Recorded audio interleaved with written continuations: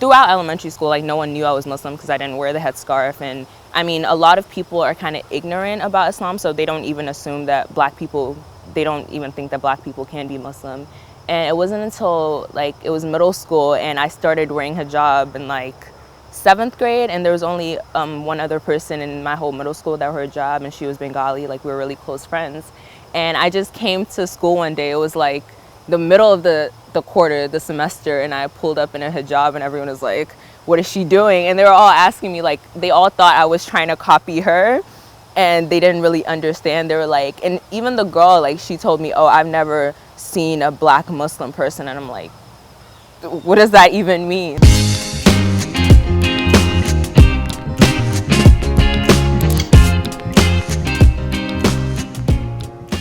Wearing hijab, I got like a lot of comments about, "Oh, you're a terrorist, blah blah blah." And even like during that situation, like people who had known me for a really long time, they started asking me like, "Oh, are you Indian?" Because they literally could not wrap their minds around the fact that a person could be black or African and be Muslim.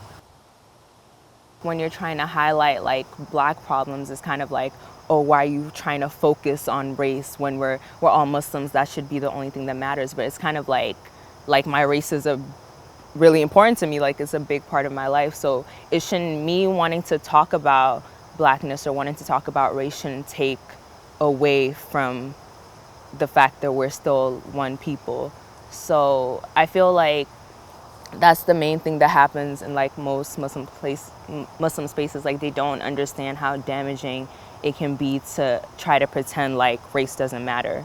And I feel like that happens like a lot in society. It's kind of like, "Oh, we're post-racial, we're past that, so let's not talk about problems, let's not talk about oppression because we've like moved on." And that's oppressive in itself, to not want to acknowledge the, you know, the fact that there's still problems that are happening, especially when you talk about like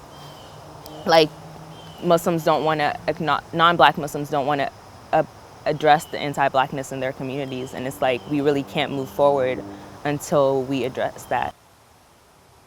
Like I've had a lot of friends that deal with mental illness, and they would talk to me about it, but they said whenever they try to talk to their family about it, they didn't see it as a real problem. And that's it's really hard, because it's like your family is they're the first people that you turn to. So if you can't turn to them, who are you going to turn to? So I feel like the biggest issue that's facing the black community and the black Muslim community when it comes to mental health is just the lack of acknowledging that there even is a problem.